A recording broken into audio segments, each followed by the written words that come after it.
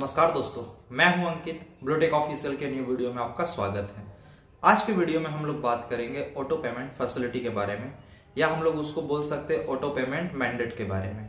जानेंगे डिटेल में कि ऑटो पेमेंट किस तरह से काम करता है, या ये किसके द्वारा स्टैब्लिश किया गया है और आपके काम किस तरह से आ सकता है, और इसमें पॉजिटिव पॉइंट क्या है और निगेटिव पॉइंट क्या है, सारे चीजों पे आज हम लोग बात करेंगे डिटेल में। सबसे पहले मैं आपको एक एग्जांपल से समझाने का कोशिश करता हूं। मान लीजिए कोई आप होम एक्सेसरीज सामान ले रहे हैं, जैसे एसी, फ्रिज या कूलर, किसी टाइप का कोई प्रोडक्ट परचेस कर रहे हैं जिसका ओवरऑल प्राइस लगभग 40,000 या 50,000 के अप्रोक्सीमेटली है। अब आप उसको पूरा पेमेंट ना करके कुछ पेमेंट करते हैं, उसके बाद आप ईएमआई में कन्वर्ट करवाते हैं। आप अपने बैंक से आप ऑथेंटिकेशन देते हैं, जिससे फाइनेंस आप करवा रहे हैं उसको से, कि आप मेरे अकाउंट से 4 से लेकर के 10 तारीख के बीच आप पेमेंट ले लीजिए, क्योंकि मेरे उस समय अकाउंट में पेमेंट होता है। तब जा करके आप उससे ऑटो पे ऑथेंटिकेट या ऑटो पे मैंडेट करवाते हैं। ऑटो पे का मतलब क्या होता है कि आपके बैंक अकाउंट से उस फाइनेंसर के बैंक अकाउंट में पैसा जाता है ऑटोमेटिक, विदाउट आपके परमिशन।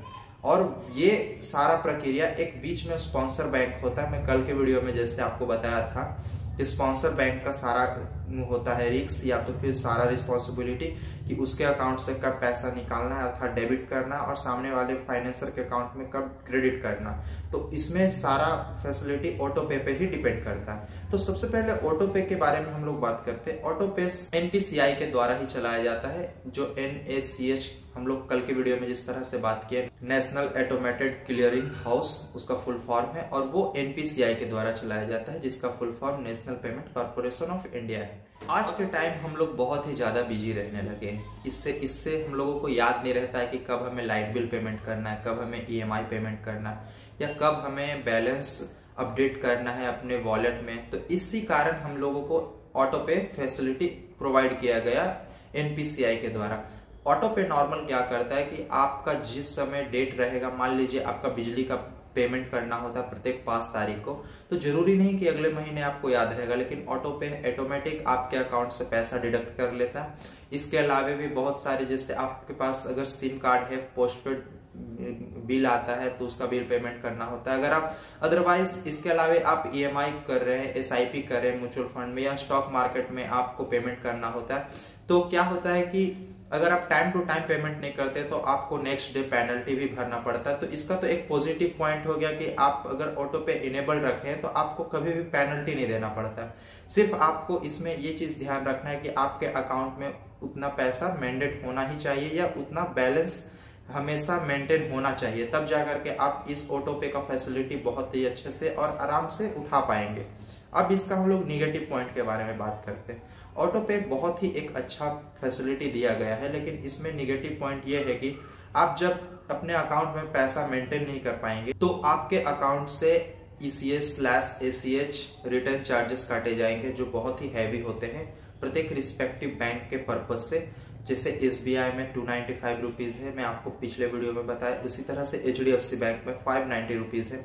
बहुत ही ज्यादा चार्जेस का स्लैश बना हुआ है, अलग अलग बैंकों के अलग अलग चार्जेस। इसका निगेटिव पॉइंट यही है कि आप ऑटो पे अगर चालू रखे हैं और आपके अकाउंट में उतना बैलेंस मेंटेन नहीं है, मान लीजिए आपका EMI 1200 रुपये का है पर मंथ, और आपके अकाउंट में जिस समय EMI कटने का डेट है 5 से 10 तारीख के बीच में, उतने बीच में आपके अकाउंट में सिर्फ 1100 रुपया, तो वो तो आपका इंस्टॉलमेंट बाउंस करने के अलावे आपको वो रिटर्न चार्जेस आपको देने पड़ेंगे आपके अकाउंट से, जो आपने अपना इंस्टॉलमेंट को बाउंस किया। इसके अलावा बहुत सारे आज के टाइम आपको एप्लीकेशन है, जैसे Amazon, फ्लिपकार्ट, और बोल सकते UPI, बहुत सारे ऐप है, फोन पे, पेटीएम, हर जगह आपको ऑटो पे UPI देखने को मिलता है। ऑटो पे में क्या होता है कि आप अपने वॉलेट में पैसा मेंटेन कर सकते हैं कि अगर आपका अकाउंट में या आपके वॉलेट में 200 से कम होगा तो ऑटोमेटिक रिलोड होकर के 2000 हो जाएगा। इसी तरह से आप इलेक्ट्रिक बिल पेमेंट कर सकते हैं, EMI, insurance, mobile recharge, LIC policy, बहुत सारे फैसिलिटी आपको ऑटो पे के थ्रू देखने को मिलता है। अर्थात इतना भी होता है कि आप, जैसे आपके बच्चे कहीं बाहर पढ़ रहे हैं और आपको टाइम नहीं मिल पाता, तो आप उनका भी यूपीआई आईडी या उनका मोबाइल नंबर को सेटअप में कर सकते हैं ऑटो पे में, जो आप डेट एक लिमिटेड डेट में बोल सकते हैं 5 से 10 तारीख के बीच में मिस्टर एक्स को इतना पैसा चला जाना चाहिए, ऑटो पे में आप सेट कर सकते हैं। इस तरह से आपको कुछ करना नहीं पड़ता, सिर्फ आपको एक चीज ख्याल रखना पड़ता है कि आपके अकाउंट में उतना बैलेंस मेंटेन होना चाहिए। बाकी के ऑटो पे ऑटोमेटिक सारा टास्क या बोलिए सारा वर्क वो खुद ब खुद कर देता है, आपको किसी भी तरह का प्रॉब्लम नहीं होता है उस समय।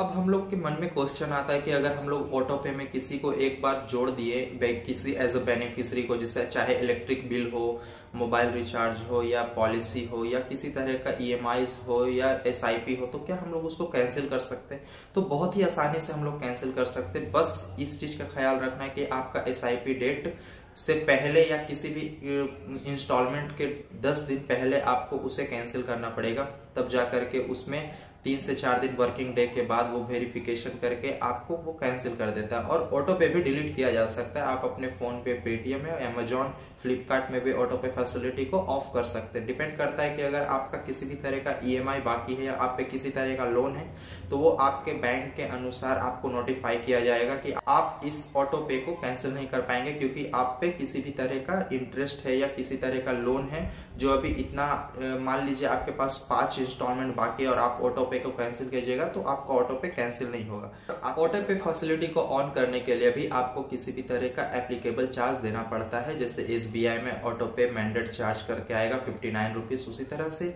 एसबीआई के अलावा एचडीएफसी, आईसीआईसीआई, एक्सिस, बहुत सारे सिटी बैंक, प्राइवेट बैंक में अलग अलग रिस्पेक्टिव अलग अलग चार्ज लगाते हैं। लेकिन अगर आपको भी किसी तरह का क्वेश्चन है तो आप कमेंट सेक्शन में जरूर पूछिए कि ऑटो पे के रिगार्डिंग किसी भी तरह का प्रॉब्लम या किसी तरह का ज्यादा पैसा डिडक्शन हुआ है आपसे, तो मैं आपको वीडियो में इस चीज को मैं रिप्रेजेंट कर सकता हूँ। अगर मेरा वीडियो आपको अच्छा लगा तो प्लीज वीडियो को लाइक कीजिए, कमेंट कीजिए, शेयर कीजिए और मेरे ब्लूटेक ऑफिशियल चैनल को भी सब्सक्राइब कर लीजिए, साथ ही बेल आइकन को प्रेस कर ले ताकि मैं कोई भी न्यू वीडियो अपलोड करूँ तो उसका नोटिफिकेशन सबसे पहले आपको मिले। मिलते हैं कल के वीडियो में, जब तक के लिए जय हिंद, वंदे मातरम।